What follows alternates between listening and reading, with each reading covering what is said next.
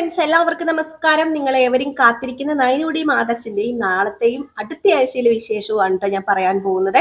അപ്പൊ വിശേഷത്തിലേക്ക് കടക്കുന്നതിന് മുമ്പായിട്ട് ആരെങ്കിലും നമ്മുടെ ഈ ചാനൽ ആദ്യമായിട്ട് കാണുന്നുണ്ടെങ്കിൽ ഇതുവരെ സബ്സ്ക്രൈബ് ഒന്ന് ചെയ്തു വെച്ചിട്ടില്ലെങ്കിൽ തീർച്ചയായിട്ടും ഒന്ന് സബ്സ്ക്രൈബ് ചെയ്ത് വെച്ചോളൂ കേട്ടോ. അതിനോടൊപ്പം നമ്മുടെ വീഡിയോ ഇഷ്ടപ്പെടുകയാണെങ്കിൽ ഒരു ലൈക്കും കൂടി അടിച്ചിട്ട് പോകാവുള്ളേ. അപ്പൊ ഏതായാലും നമുക്ക് വിശേഷത്തിലേക്ക് തന്നെ കടക്കാം. അങ്ങനെ നമ്മുടെ ജലജേന നവ്യ വിളിച്ചു വരുത്തിയിരിക്കുകയാണ്.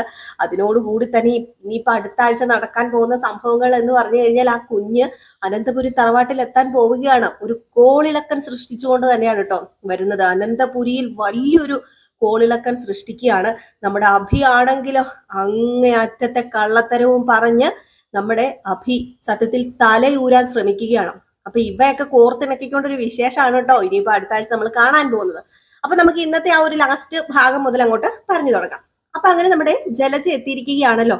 നന്ദാവനത്തിൽ ജലജ എത്തി കഴിഞ്ഞപ്പോഴത്തേനും നമ്മുടെ കനകയാണെങ്കിൽ ഉണ്ണിയപ്പം കൈ കൊണ്ട് ഉണ്ടാക്കി കൊടുത്താൽ മതി എന്ന് പറഞ്ഞു. അങ്ങനെ ഉണ്ടാക്കിക്കൊണ്ടിരിക്കുമ്പോഴത്തേക്കും എന്തിനാ വായി നോക്കിയിരിക്കുന്നത്, ഞാൻ ഉണ്ടാക്കി കഴിഞ്ഞാൽ നമുക്ക് കൊടുത്തോളാന്ന് പറഞ്ഞപ്പം എന്റെ മോളാ കഴിക്കാൻ പോകുന്നത്, അവളുടെ വയറ്റിനകത്തൊരു കുഞ്ഞുണ്ട്, ഇതിനകത്ത് എന്തൊക്കെ ഇടൂന്ന് ആർക്കറിയാം, അതുകൊണ്ടേ ഞാൻ ഇവിടെ ഇരിക്കുന്നു പറഞ്ഞു. ഈ സമയത്ത് നമ്മുടെ നവ്യ വരികയാണ് കേട്ടോ. ആഹാ, എന്റെ അമ്മായിമ്മ വന്നോ? ഓ, എന്റെ അമ്മായിമ്മ ഉണ്ടാക്കുന്ന ഉണ്ണിയപ്പം കഴിക്കാനായിട്ട് ഞാൻ നോക്കിയിരിക്കുകയായിരുന്നു. അല്ല, നീ പറഞ്ഞല്ലോ ഞാൻ എങ്ങാണ്ട് നിനക്ക് ഉണ്ണിയപ്പം ഉണ്ടാക്കി തന്നിട്ടുണ്ടെന്ന്. എപ്പോഴാടി ഞാൻ നിനക്ക് ഉണ്ണിയപ്പം ഉണ്ടാക്കി തന്നത്? അയ്യോ, എന്റെ അമ്മായിമ്മ മറന്നുപോയോ? എനിക്ക് ഉണ്ണിയപ്പം ഉണ്ടാക്കി തന്നിട്ടുണ്ടെന്നേ. ഇനിയിപ്പൊ തന്നിട്ടില്ലെങ്കിൽ തന്നെ എനിക്കിപ്പം എന്റെ അമ്മായിമ്മ ഉണ്ടാക്കുന്ന ഉണ്ണിയപ്പം തിന്നാൻ തോന്നുന്നത്. ഞാൻ ഗർഭിണിയല്ലേ, എന്റെ ആഗ്രഹങ്ങളൊക്കെ സാധിച്ചു തരേണ്ടത് എന്റെ അമ്മയും എന്റെ അമ്മായിയമ്മയൊക്കെ ചേർന്നല്ലേ. പിന്നെ എന്താ, ദേ നിങ്ങളുടെ മോന്റെ കുഞ്ഞാ എന്റെ വയറ്റിലുള്ളത്. അവനാണെങ്കിലും അവക്കാണെങ്കിലും അതിന്റെ അച്ഛമ്മയുടെ കൈ കൊണ്ട് തന്നെ ഭക്ഷണം വേണമെന്ന് ഉണ്ടാക്കി കൊടുക്കണമെന്ന്. അപ്പൊ പിന്നെ ഞാൻ വിചാരിച്ചു എന്തിനാ ബുദ്ധിമുട്ടുന്നത്, എന്റെ അമ്മായിയമ്മ ഞാൻ വിളിച്ച ഓടി വരൂല്ലോ സ്നേഹം കാരണം. പിന്നെ അബിക്കിപ്പൊ നല്ല മാറ്റമൊക്കെ ഉണ്ട്, അത് നിങ്ങൾക്കറിയായിരിക്കും. അതോ ഇനി രണ്ടുപേരും കൂടെ ചേർന്ന് എന്തെങ്കിലും കളിക്കുന്നതാണോ? ഓ, ചങ്കെടുത്ത് കാണിച്ചാലും നീ ചെമ്പരത്തിപ്പോന്നല്ലേ പറയത്തുള്ളൂ. എനിക്ക് അവന്റെ ഒരു കാര്യം അറിയത്തില്ല. അവൻ നിന്നെ സ്നേഹിക്കുന്നത് എന്തിനാണെന്ന് എനിക്കറിയില്ല. ഞാൻ അവനോട് പറഞ്ഞതാ ഈ മാരണങ്ങളൊന്നും സ്നേഹിക്കരുതെന്ന്. പിന്നെ എന്റെ മകന്റെ മനസ്സ് മാറിയിട്ടുണ്ടെങ്കിലേ അത് ചിലപ്പോ നിന്റെയൊക്കെ പ്രാർത്ഥന കാരണമായിരിക്കും. ഞങ്ങൾ പ്രാർത്ഥിക്കുന്നുണ്ട്. അതെ ജലജ, ഇനിയെങ്കിലും നിനക്ക് നന്നായിക്കൂടെ എന്നിങ്ങനെ ചോദിക്കാണ് കേട്ടോ നമ്മുടെ കനക. അപ്പോഴത്തേക്കും ജലജ പറഞ്ഞു, ഞാൻ നന്നായിട്ട് തന്നെ ഇരിക്കുന്നത്. നന്നായിട്ട് തന്നെ ഇരിക്കുന്നത്. വലിയ കമ്മലും പട്ട് സാരിയൊക്കെ ഉടുത്തോണ്ട് നടന്നാല് കുറച്ച് ചേലൊക്കെ കാണുമായിരിക്കും. ഞാൻ അതിന്റെ കാര്യമല്ല പറഞ്ഞത്. ഇനിയെങ്കിലും അച്ചമ്മയായിട്ട് ഒതുങ്ങിക്കൂടിക്കൂടെ? ആ സ്വഭാവം ഒന്ന് നന്നാക്കിക്കൂടെ? എന്തിനാ വെറുതെ എന്റെ മോളുടെ മെക്കിട്ട് കയറുന്നത്? എന്റെ മോൾക്ക് എന്താ കുറവുള്ളത്?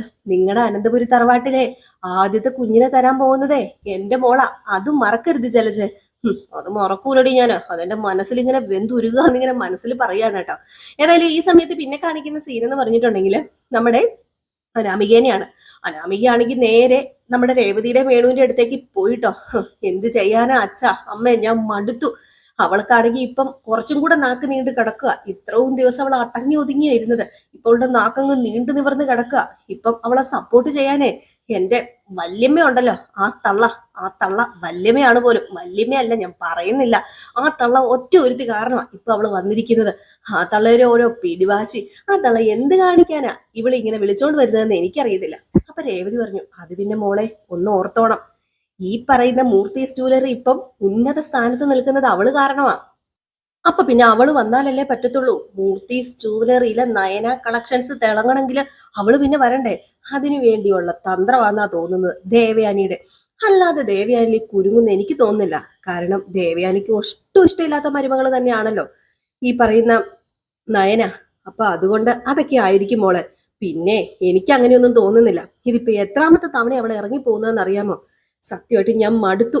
ഞാൻ എങ്ങനെയെങ്കിലും അവിടെ നിന്ന് ഇറങ്ങി വരാൻ പോവാ. ഇനിയിപ്പം പണവും വേണ്ട, സ്വത്തും വേണ്ട, ഒന്നും വേണ്ട. ഇതുങ്ങളുടെയൊക്കെ വായിലിരിക്കുന്നത് കേൾക്കുന്നതിനേക്കാളും നല്ലതല്ലേ. അപ്പോഴത്തേക്കും ജലജല നമ്മുടെ രേവതി പറഞ്ഞു, അല്ല നിനക്കിപ്പോ ഏതോ ഒരു ചെറുക്കനുമായിട്ട് കണക്ഷൻ ഉണ്ടെന്നൊക്കെ പറയുന്നത് കേട്ടു, അത് ശരിയാണോ? അത് പിന്നെ ഞാനൊരു ചെറുക്കനെ സ്നേഹിക്കുന്നുണ്ട്, അത് ശരിയൊക്കെ തന്നെയാണ്. അതാരാണെന്ന് അമ്മയ്ക്കും അച്ഛനും അറിയാലോ. പിന്നെ എന്തിനാ അത് എടുത്ത് ചോദിക്കുന്നത്? ഞാൻ നിങ്ങൾ പറഞ്ഞിട്ട് മാത്രമാ അനന്തപുരി തറവാട്ടിൽ ഇപ്പം നിൽക്കുന്നത്. പിന്നെ അവനും എന്നോട് പറഞ്ഞു ഇനിയിപ്പൊ അവിടെ നിന്ന് ഇറങ്ങുന്നതിന് മുമ്പ് എന്തെങ്കിലുമൊക്കെ അടിച്ചു മാറ്റിക്കൊണ്ട് വരണമെന്ന്. അപ്പൊ അതുകൊണ്ട് മാത്ര എന്തെങ്കിലും കാര്യമായിട്ട് അവിടെ നിന്ന് കിട്ടിയാല് ഞാൻ ആ പടി ഇറങ്ങും. പിന്നെ എനിക്ക് അവിടെ നിൽക്കേണ്ട ഒരു കാര്യമില്ല. പിന്നെ അനി ആരെ കെട്ടുവോ കെട്ടാതിരിക്കുവോ എന്ത് വേണമെങ്കിലും ചെയ്യട്ടെ, അവന് എന്നോട് ഒരു താല്പര്യവും ഇല്ല.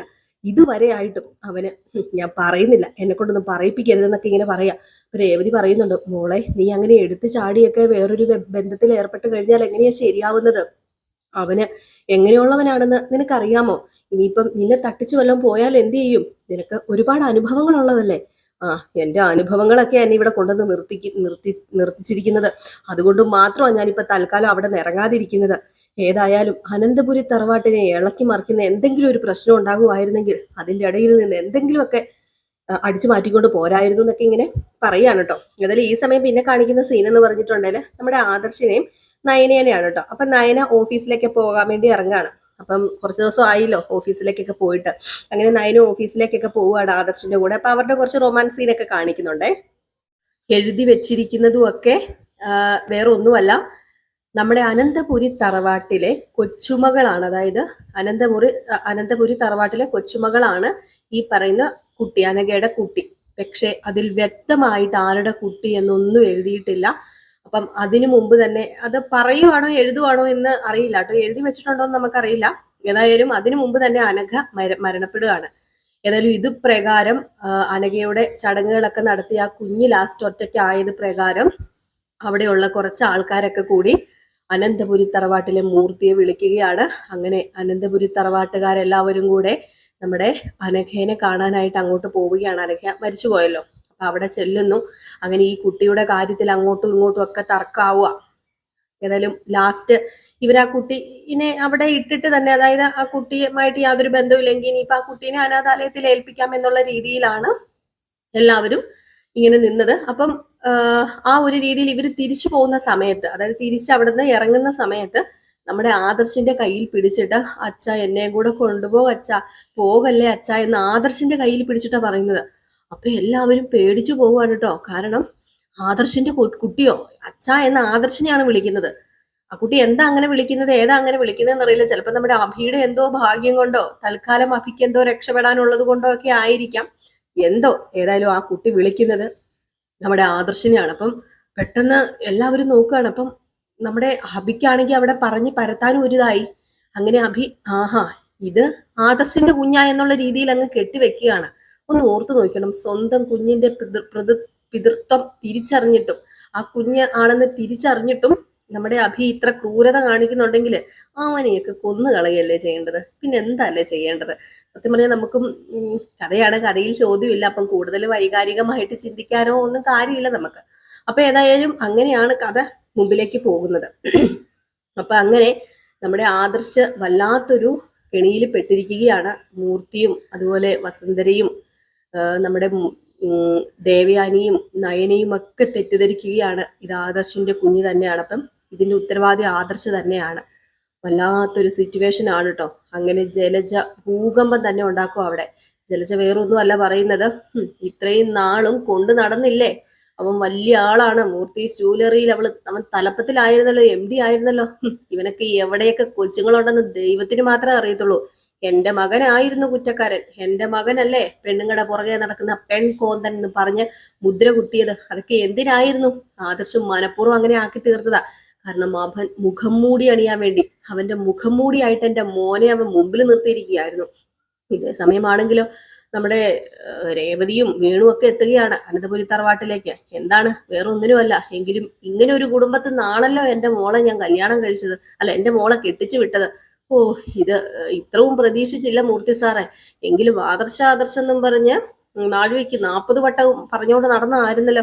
എന്നിട്ട് ഇപ്പൊ എന്താണ് പറ്റിയത്? നമ്മുടെ ആദർശന് അവിടെ ഒന്നും മിണ്ടാനില്ല. ഏതായാലും ഇതിന്റെ പിന്നിലും കുറെ നമ്മൾ അറിയാത്ത കാര്യങ്ങളൊക്കെ ഉണ്ട് കേട്ടോ. നമ്മുടെ ആദർശ് ഇപ്പം തൽക്കാലം പത്തി താത്തിയിരിക്കുകയാണ്. തന്റെ കുഞ്ഞെങ്കിൽ തന്റെ കുഞ്ഞ്. പക്ഷെ ആദർശന് അറിയാം അതാരുടെ കുഞ്ഞാണെന്നും ആ കുഞ്ഞിന്റെ അമ്മ മരിക്കുന്നതിന് മുമ്പ് തന്നെ നമ്മുടെ ആദർശനോട് എല്ലാ കാര്യങ്ങളും പറഞ്ഞിരുന്നു എന്നും. അത് ഇപ്പം നയനിയും ദേവയാനിയും ഒന്നും അറിയില്ല. ഇപ്പം തെറ്റിദ്ധാരണയുടെ പുറത്ത് തെറ്റിദ്ധാരണ തന്നെയാണ് എല്ലാവർക്കും അങ്ങോട്ടും ഇങ്ങോട്ടും. നമ്മുടെ മൂർത്തി വരെ ആദർശനെ കുറ്റപ്പെടുത്തുകയാണ്. നിന്നെ ഞാൻ എന്റെ കൈവെള്ളയിൽ കൊണ്ടു നടന്നതല്ലേ, എന്റെ ശ്വാസമായിട്ട് എന്റെ കാലശേഷം നിന്നെ എല്ലാം ഏൽപ്പിക്കാമെന്ന് ഓർത്തതല്ലേ, എന്നിട്ട് നീ എന്ത് ചതിയാടാ കാണിച്ചത്, ആ പെണ്ണിനോട് നീ എന്ത് ചതിയാടാ ചെയ്തത്, നിന്നെ കുറിച്ച് ഞാൻ ഇത്രയും വിചാരിച്ചില്ലടാ. നീ അനന്തപുരി തറവാട്ടില് നീ ജനിച്ചത് തന്നെ ഒരു മഹാശാപമാടാ എന്ന് പറഞ്ഞ് നമ്മുടെ ആദർശിനെ എല്ലാവരും പഴിചാരുകയാണ് കേട്ടോ. അപ്പോഴും നമ്മുടെ നയന ആദർശിന്റെ കൂടെ നിൽപ്പുണ്ട്. ഏതായാലും നല്ലൊരു ഭാര്യ അങ്ങനെ തന്നെയാണ് ആകണം. തന്റെ ഭർത്താവിന് അപ്പോഴും വിശ്വാസമാണ്. എല്ലാവരും കുറ്റപ്പെടുത്തുമ്പോഴും എൻ്റെ ആദർശേട്ടനെ എനിക്കറിയാം, എൻ്റെ ആദർശേട്ടൻ അങ്ങനെയുള്ളതാണെന്ന് എനിക്കറിയാം, ഒരിക്കലും എൻ്റെ ആദർശേട്ടൻ തെറ്റ് ചെയ്യില്ല എന്നും പറഞ്ഞ് നമ്മുടെ നയന കൂടെയുണ്ട്. ദേവയാനി ചോദിക്കുന്നുണ്ട്, മോളെ നീ എന്താ മോളെ ഇങ്ങനെ എൻ്റെ മോനെ വിശ്വസിക്കുന്നത്? സത്യം പറഞ്ഞാൽ എനിക്ക് തന്നെ എൻ്റെ മോനെ ഇപ്പം വിശ്വാസമില്ലാത്ത മട്ട. അപ്പോഴും ദേവയാനിയും പറഞ്ഞ് തിരുത്താൻ വേണ്ടി ശ്രമിക്കും. പക്ഷെ ഇത് കനകയും ഗോവിന്ദനും ഒക്കെ അറിയുമ്പോഴേക്കും വല്ലാത്തൊരവസ്ഥയിലാണ് കേട്ടോ പിന്നെ അവരും ഉള്ളത്. ഇതെല്ലാം കൂടെ അങ്ങോട്ട് കുഴഞ്ഞു മാറിഞ്ഞ് ഒരു അവിയൽ പരുവായിട്ട് കിടപ്പുണ്ട്. ഏതായാലും കാത്തിരുന്ന് തന്നെ കാണാം. അങ്ങനെ ഇനി ഒരു പുതിയ ക്യാരക്ടറും കൂടെ നമ്മുടെ കഥയിലേക്ക് വരികയാണ്. ആ ഒരു കുട്ടിയും കൂടെ ഉണ്ട് നമ്മുടെ കഥയിലേക്ക്. ഇനി നല്ല ആക്റ്റീവാണ് കേട്ടോ ആ കുട്ടി. ഏതായാലും നല്ലൊരു കുട്ടിയാണ്, നല്ല ആക്റ്റീവാണ്. ഏതായാലും നല്ലൊരു കഥാപാത്രമായിട്ട് തന്നെയാണ് ആ കുട്ടിക്ക് കിട്ടിയിരിക്കുന്നത്. അപ്പൊ ഏതായാലും നമ്മുടെ കഥയിൽ ഒരു കഥാപാത്രവും കൂടി എത്തിക്കഴിഞ്ഞിരിക്കുന്നു. ഇനി ഉടനീളം അങ്ങോട്ട് ഈ കുട്ടി അനന്തപുരി തറവാട്ടിൽ ഉണ്ടാകും. എല്ലാവരും സത്യം പറഞ്ഞിട്ടുണ്ട്, ജലജയും നമ്മുടെ അനാമികയും അതുപോലെ ജാനകിയും ഒക്കെ ഈ കുട്ടീനെ ഓരോന്ന് പറയുന്നത് കേട്ടാൽ നമ്മൾ സഹിക്കത്തില്ല. അതുപോലെ ആ കുട്ടീനെ പറയുന്നുണ്ട്. കാത്തിരുന്ന് തന്നെ കാണാം എന്തൊക്കെയാ സംഭവിക്കാൻ പോകുന്നത്. അപ്പൊ നമ്മൾ ഈ ഒരാഴ്ചയിലെ ഫുൾ വിശേഷവും ഞാൻ പറഞ്ഞിട്ടുണ്ട്. ഇനി എന്തെങ്കിലും അപ്ഡേഷൻ നമുക്ക് കിട്ടുകയാണെങ്കിൽ ഞാൻ ഇനി അടുത്ത ഒരു വിശേഷമൊക്കെ ആയിട്ട് വരാം. അപ്പൊ നാളെ നമുക്ക് വിശേഷമുണ്ട്, മറക്കരുത്. നാളെ രാവിലെ ഫുൾ വിശേഷവുമായിട്ട് വരുവേ. നമ്മുടെ നയനിയുടെയും ആദർശിന്റെയും പ്രേമവിശേഷമാണ് ഞാനിപ്പോൾ ഇട്ടിരിക്കുന്നത്. രേവതിയുടെയും സച്ചിയുടെയും പ്രേമവിശേഷം നമ്മൾ ഇതിനു മുമ്പായിട്ട് ഇട്ടിട്ടുണ്ട്. കാണേണ്ടവരൊന്ന് കയറി കാണുക. അതുപോലെ തന്നെ ഗോമതിയുടെയും ബാലന്റെയും നാളത്തെ വിശേഷം നമ്മൾ നമ്മുടെ റിയൽ സ്റ്റോറിക്കകത്ത് ഇട്ടിട്ടുണ്ട്. അപ്പൊ എല്ലാവർക്കും ടാറ്റ ബൈ ബൈ. ഒരു ലൈക്ക് അടിച്ചിട്ട് പോകാൻ മറക്കരുത് കേട്ടോ.